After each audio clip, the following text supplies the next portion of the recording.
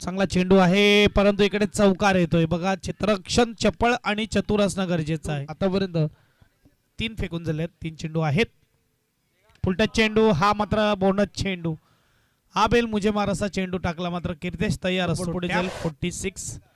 हा बघा किती चांगला चेंडू आहे, तेवढाच चांगला बॅट्समन होता त्यामुळे हा चौकार गेला हे देखील लक्षात घ्या. कधी पारडं जड बिरवाडीचं, कधी पारडं जड पॅराडाईजचा पहिला चेंडू. यावेळेस कीर्तेशचा कमालीचा स्ट्रोक. 4 दबा, एक चेंडू 5 दबा.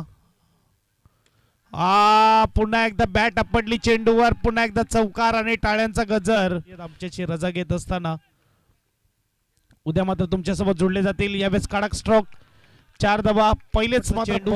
फ्री क्वार्टरची मॅच आपल्याला पाहायला मिळते, दोस्ती चषक. आणि इकडे काय होतंय, बीस फिल्डिंग जावेद. आज साधा चेंडू मात्र अडवता आला आणि इथे मात्र 9च्या धावफलकावर आपण बघू शकतात. फुलटा चेंडू, खराब चेंडू, चौकार मिळणार.